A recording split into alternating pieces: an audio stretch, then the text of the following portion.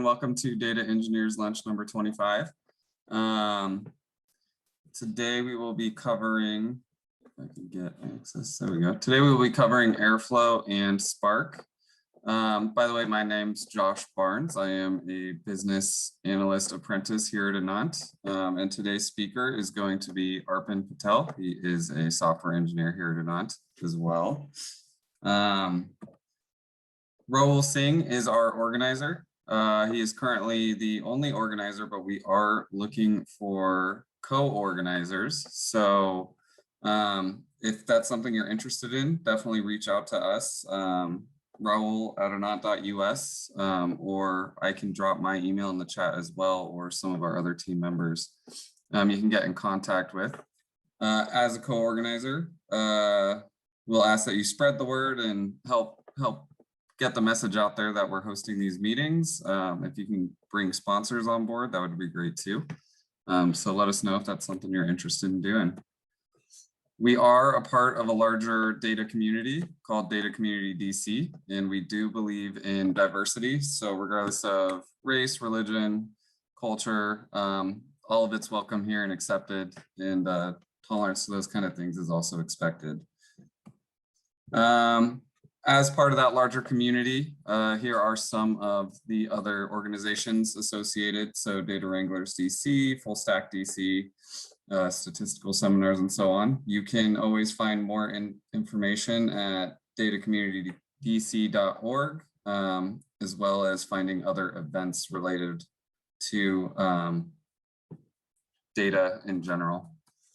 So some of the things we cover here, different data sources, data engineering itself, so cleaning data, ETL, so transformations and such, and then how that data can then be used to expand a company's knowledge or be used just in general. This is a point in the introduction where we like to allow for 15-second announcements, if you will. If anyone has any upcoming events or anything that they'd like to talk about, now would be the time to do it.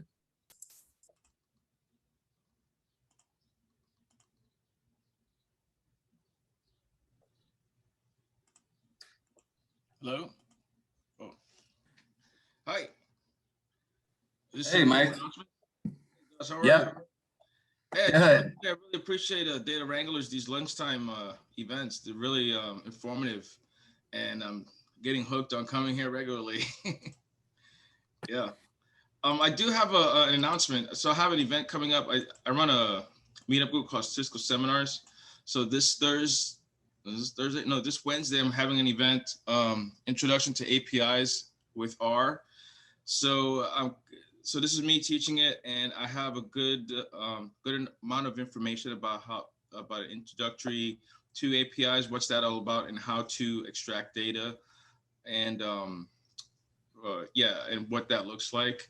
And also, for those of you who do show up, I'm not going to say what I'm doing, but I got a treat for everybody for the event day. So if you're interested, consider it. Thank you. All right, thanks, Mike.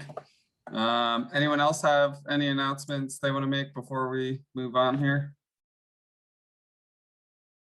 Give it a few more seconds.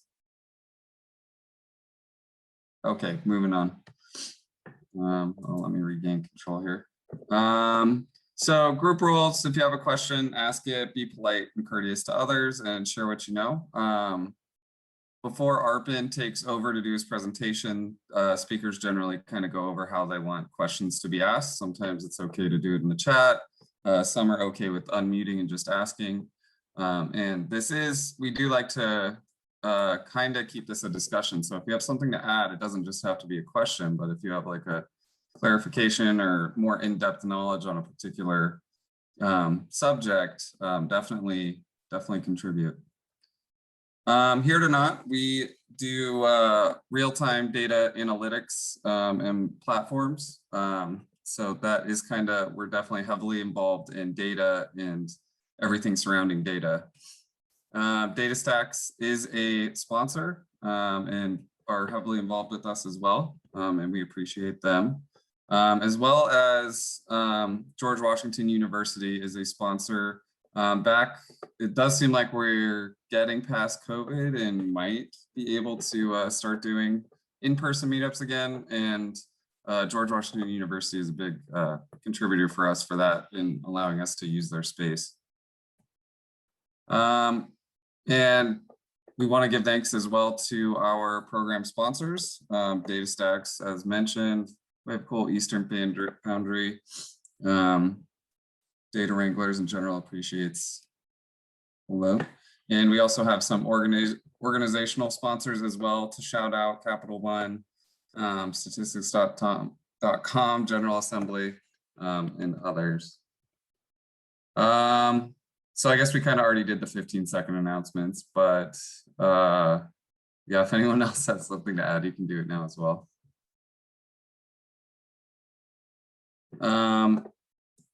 Kind of on our own end, Anant is hiring. Full-time or part-time positions are available for data platform operators, engineers, and architects. You can start going through that process at careers.anant.us. So if you're looking for a job, we are looking to grow. So definitely come connect with us.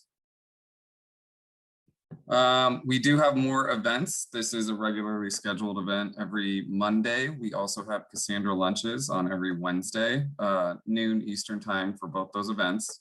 Some of the upcoming topics we'll have next week: Cassandra lunch, Airflow and Cassandra, cluster management, data engineers lunch, ACA actors for data processing. So look forward to those and many more to come. And with that, I can pass it over to Arpan. Okay, can everyone hear me? Sounds good. All right, let me go ahead and share my screen.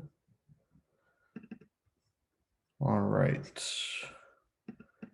Let me go ahead and pull up the chat so I have it. As Josh mentioned, I don't necessarily have a preference. If you have any questions or if you have something to add to what I'm already saying, feel free to speak up. Or if you have a question, you can drop it in the chat and we can get to it at a good stopping point. But yeah, we'll go ahead and get started. Today we're going to cover Airflow and Spark and how we can use Airflow to manage Spark jobs. This specific presentation today is going to be more of an introduction level, and then we can expand on it to do more complex ETL processes with Airflow and Spark. But today it's mainly going to be about how you can set it up and how you can connect Airflow and Spark, and then we can expand on it in further data engineers lunches.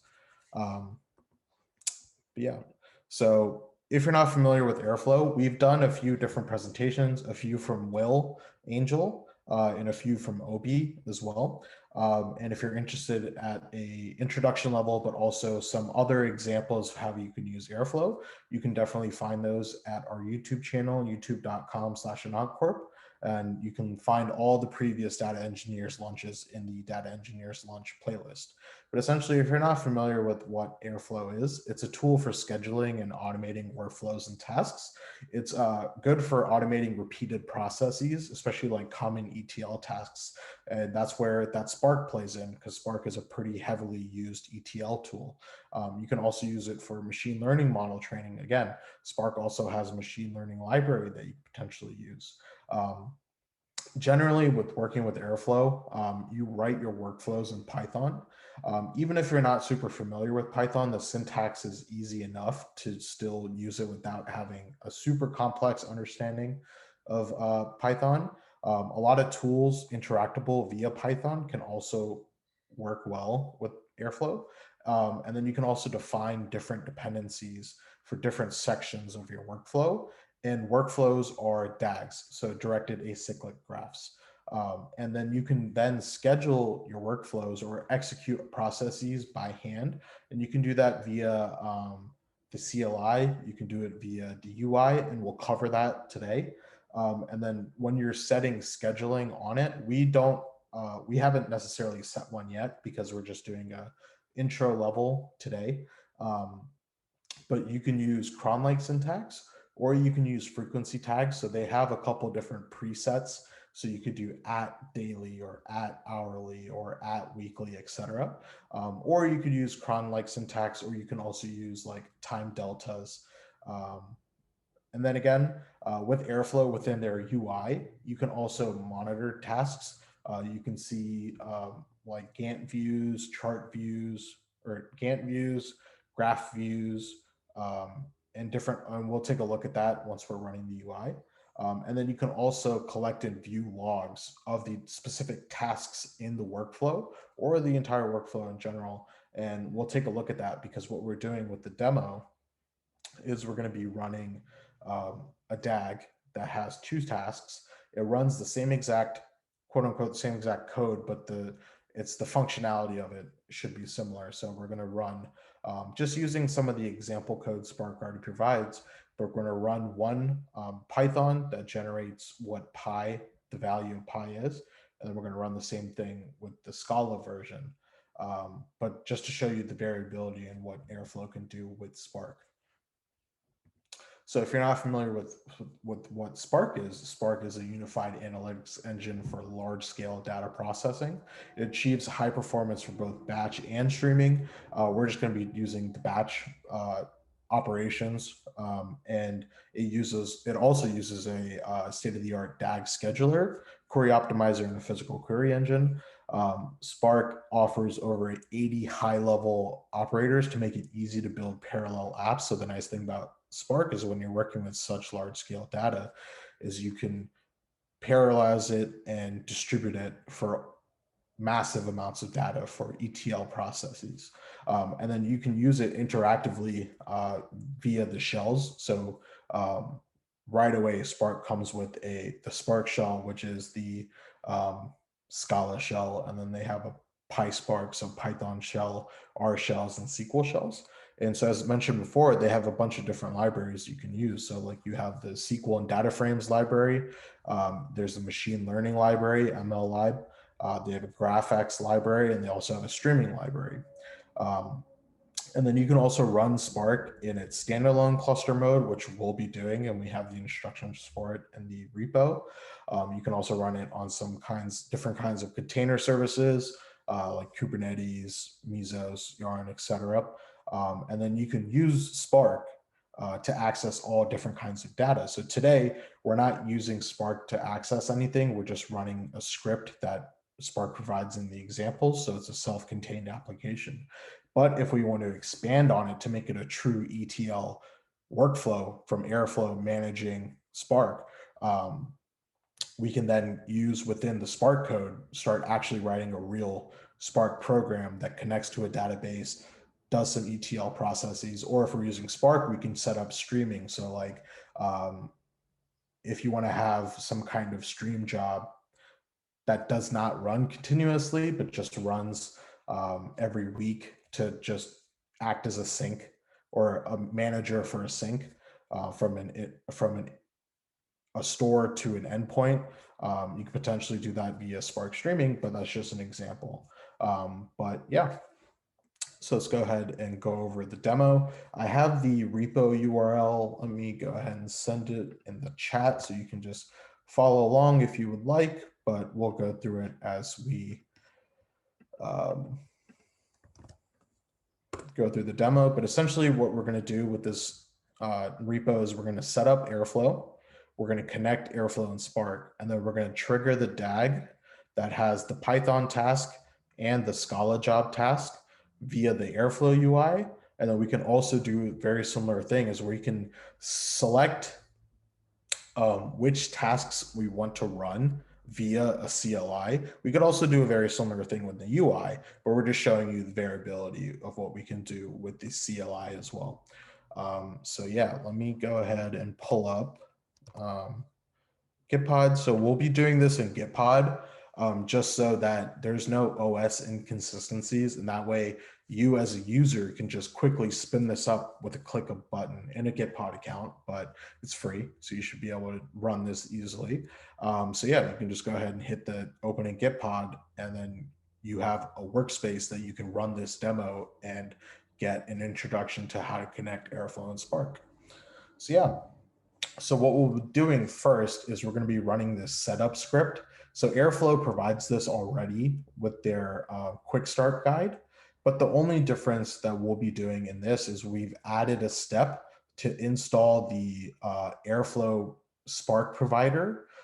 If you ran this script that Airflow provides as is, you would need to install the Spark provider at a later step, but because we're just putting it into the script, it'll just do it at the beginning. And then once that happens, we're going to initialize the Airflow DB and then also create a user. And then we're going to serve the web server, so like the UI, at 8080. And then we're also going to start the scheduler, which essentially just watches for any DAGs changes in our DAGs directory that we'll make and update in the UI as we go along. So yeah, let's go ahead and get started. So we're just going to go ahead and run this script with a bash setup. And then while this happens, we're going to take a look at the DAG we're running. So it's very simple. I pretty much just modified what the Spark operator example they had to allow for what we're trying to do. So in their example code, they had examples for running the Spark submit operator, JDBC operator, or SQL operator.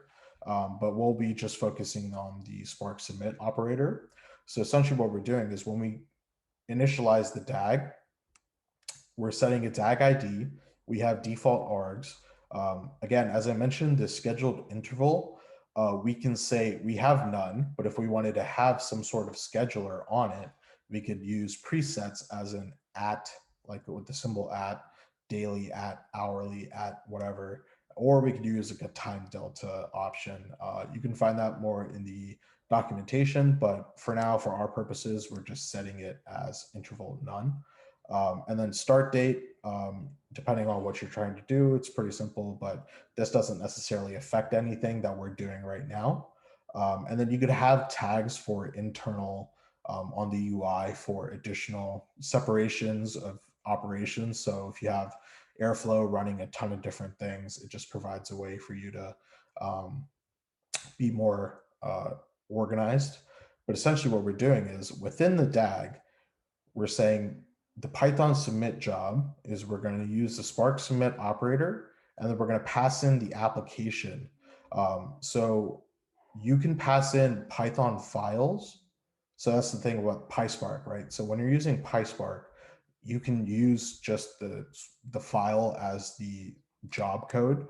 But if you're using something like Java or Scala, you would need to build the jar, which we have also done for you. So that way you don't have to run SBT or Maven, compile, etc. But essentially, so the first part of the DAG is going to be a Python job, which essentially we just pull from the Spark directory, which we already give you in the repo. And we're just going to run the py.py file. And we're going to give it a task ID of Python_job. And then for the Scala submit job, what I've done is I've taken the Spark example. So from the Spark examples directory, from the Scala directory underneath that, it's the same exact functionality of generating what Pi is, but it's written in Scala versus the PySpark version. So we'll also look at differences of what those are in the Spark UI. So while this happens, I'm just setting a password for the user in the terminal. So it's starting the web server. And so we'll go ahead and open this up. Just give it a second to load. And then it's also started the scheduler. And so moving back to the DAG, for the Scala one, so when you look at the documentation for Airflow, when you're using the Spark submit operator, there's a bunch of different parameters you can pass in, but just the top level one is if you're just running a basic job, application can either be the file path to the file of a Python file, or it could be the file path to a jar that we've already built and assembled, like a fat jar, right? So it has all the dependencies within it. I haven't tested it, but if you just run and you make a thin jar, that you would still need to pass in dependencies. You may need to have parameters for that in the Spark submit operator, but I haven't tested it. So that could be an extension of what we could look at.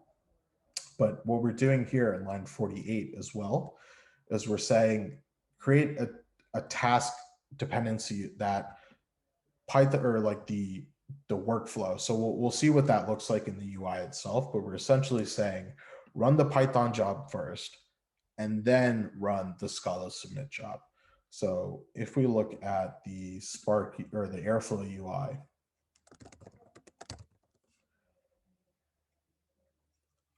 it won't show up yet, but because we haven't moved the file into the DAGs folder of Airflow, and the scheduler will pick it up then.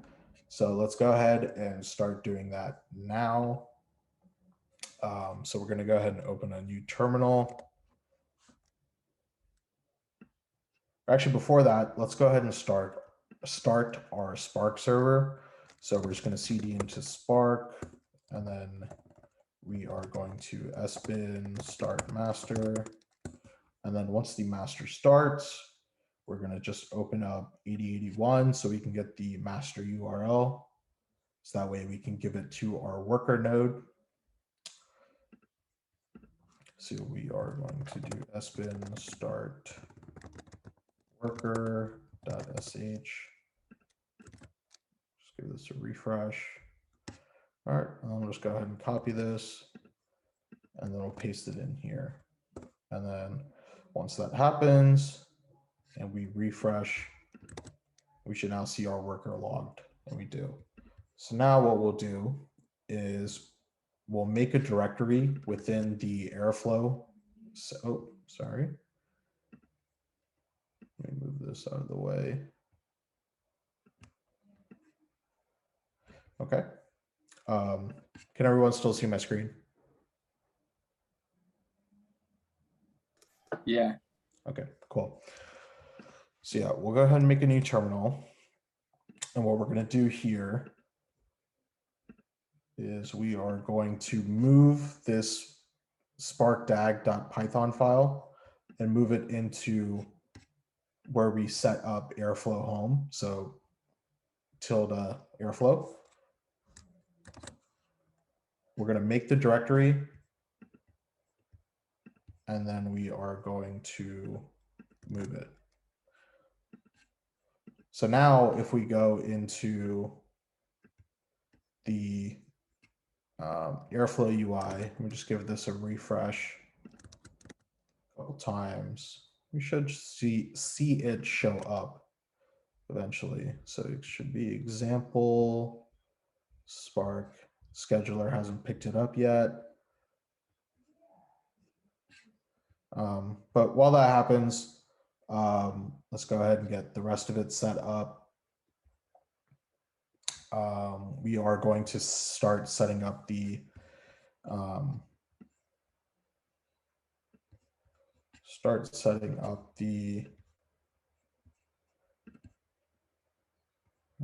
apologies, this keeps moving, it keeps disrupting me. We're going to go ahead and set up the connection. So we need to update. So we need to go into admin, connections. And if we scroll down to Spark default, we're going to go ahead and hit edit record. So what we need to do here is we need to update our host to our master URL. So if we just go back here and we copy the master URL, we don't necessarily need to separate host and port, because what happens is when Airflow runs the Spark job, it sets this host as the master URL. And we'll see that when we look at the logs. Yeah, so if we go back to Airflow, we now see 27. So if we go down to example Spark operator, we now see our DAG, right? So we see that Python job and we see Scala job. So if we look at a graph view, we see that the Python job is set first, and then it has an arrow to the Scala job. And that's what we did in the code, right? So we set those caret Python submit job, then Scala submit job. Okay, Will's got to go. Thanks, Will. Hopefully you can catch the rest of it once it's on YouTube. But yeah, so we'll move back to Airflow. And now what we can do here is, now that we have the connection set, and now that we have the scheduler picked up the new DAG, we can go ahead and turn it on. And so once it's turned on, because we haven't set a schedule on it, we can just manually hit trigger DAG. And when we do this, we should, if we go into graph view, it's a little bit better. We can see that the Python job is running in the light green. So when it is a success, it'll turn dark green, which it did. So now once that's completed, the Scala job will run. And that's still running, and it's finished. So now if we want to see the logs of the individual tasks that ran in this DAG, we can click on it, and then we can go into the log. And if we see here, and if we just scroll through, and we just look for the value of pi right here. So with the Python code, it said pi is 3.14. Excuse me. So it's about 1, 2, 3, 4, 5, 6. So 6 decimal points it goes to. But if we just go into how the Python Spark submit happened, let's see if I can find where the submit happens. Here it is. So Spark submit, so it runs Spark submit command because we're using the Spark submit operator. So it picks up Spark submit. Again, as I mentioned, because in the admin section, we set the connections to the Spark master URL, it picked up what the master URL is. If we wanted to have a port, we could separate the 7077 here, but we don't necessarily have to do that just for us. It also has a couple different things, Spark, Q, etc. We're not really caring about that. But again, if you're familiar with a Spark submit job, you have your Spark submit, and then you have your master URL, other parameters. And at the end, you generally have the file path of the Python if you're using PySpark, or you have the jar path. And so what that's done is it's correctly picked up the Python py file that we provided it within the DAG code itself. And so it correctly picked it up, ran the Spark job, and it put it out a log of a pi with decimal points of 6. So now if we go back and we click on the Scala job and we look at the log of that, it's pretty much the same thing. So Spark submit, again, it's picked up the master that comes from the admin section, but instead of using the Python py file or the Python file, it used the jar that we provided the file path to. And then if we scroll down into just looking for the value, we see that the number of decimal points is different. So we see that there are differences between what the Python version of the Py code does and the Scala version of the Py code does. But we were able to set up and connect Airflow to now run multiple Spark jobs and running a Python job and then also running a Spark job. So theoretically, you could potentially have code written in Python, have code written, Spark code written in Python, Spark code written in Scala, Spark code written in Java, and have them all be managed from Airflow on a schedule that you can then set per task as well, or per DAG. So if we go back into the graph view, we can then move on to the CLI. So how can we do this similar thing, but via the CLI? So let me go ahead and copy this.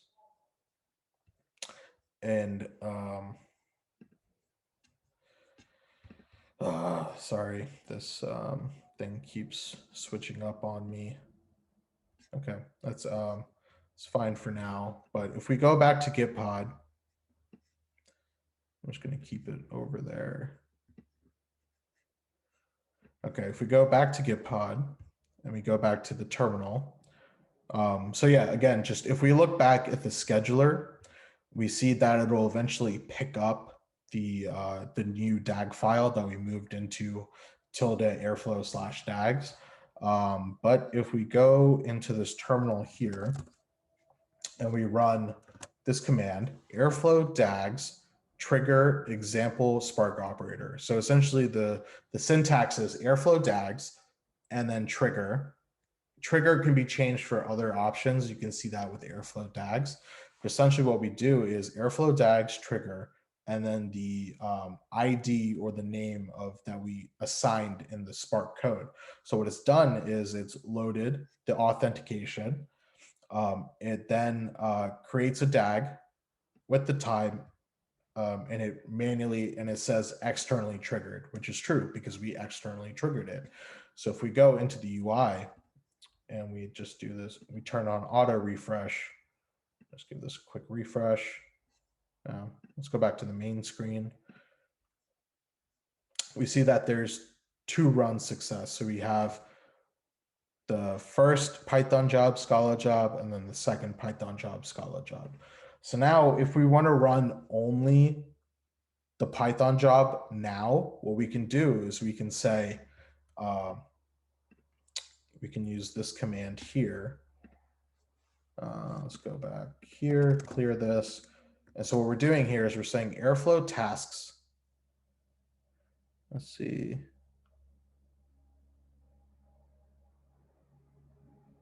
Okay, so got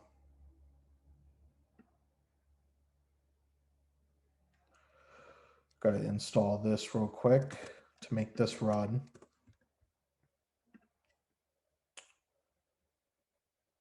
Shouldn't take too long, but the syntax is Airflow tasks run, and then we provide it with the top level DAG ID and then the task ID. So of the example Spark operator DAG, run the task Python submit job. So in our DAG, that's the first task, and then we run it at a scheduled time. So we can use a preset set called now. Otherwise, we could use like a date time, or we could use like 2021 May 30th at this time.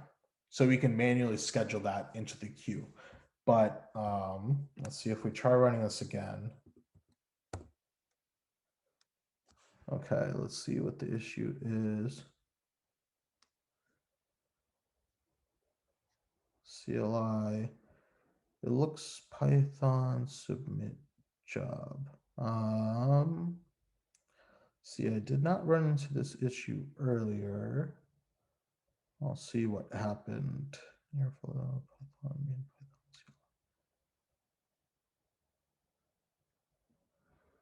See, Airflow tasks for an example. Spark operators.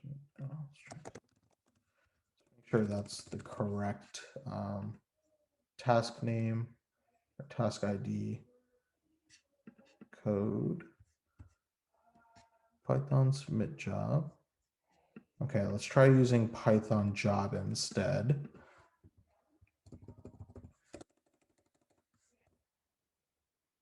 There we go. So now if we go into the DAG, we should now see, or eventually see, something get queued up. But yeah, so we see that the task instance, so example Spark operator dot Python job. So of the DAG, this specific task, run it at now, which got converted into the date time. And then if we just give this a quick refresh, successes, no, oh, I guess it already ran. But yeah, so we see that the Python job, so right, so there's 1 Python job, 2 Python job, 3 Python job. And this one was run 5:24 at the daytime. Oh, I guess the time zone. So UTC -4, I think. I forget. But yeah, so we were able to use the CLI and trigger a single task of the DAG, and we could set a specific schedule on that. So there's a lot of variability and functionality that you can do with Airflow and Spark.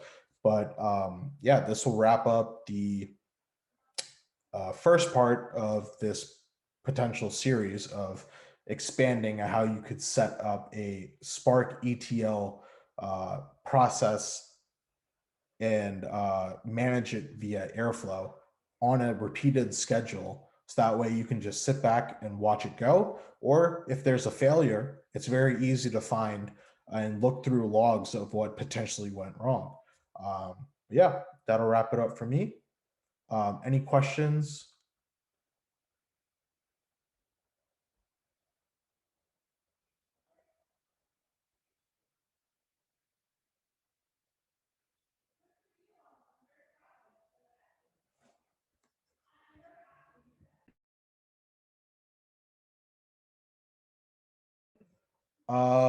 Gaurav, I think it was a prerequisite. I'm not sure. I haven't looked that deep into. I think it's more about using like the CLI will connect and start up a worker, I believe. I might be wrong here. I wish Will was here. He might be able to answer a little bit better. But I think it's when you run it via the CLI, it starts a process that may use Kubernetes to then connect and run with our scheduler and our Airflow. Might be wrong, but I believe that that might be why Kubernetes module was being required for using the CLI part of it.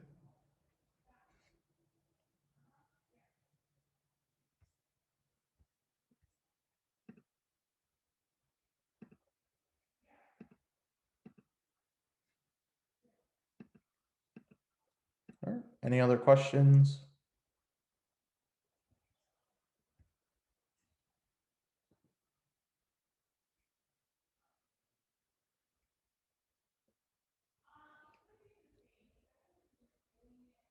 All right. Looks like there's no other questions. I'd like to thank everyone for coming out today. As I mentioned, I think this will just be part one of a series I do. So to create maybe a more complex Airflow or a Spark pipeline, ETL pipeline that gets managed by Airflow. So we can kind of go through the process together and then have a series that people could also go back and find. Again, this video is being recorded. So if you want to rewatch it at a later time, you'll be able to find it at our YouTube channel, youtube.com/AnantCorp.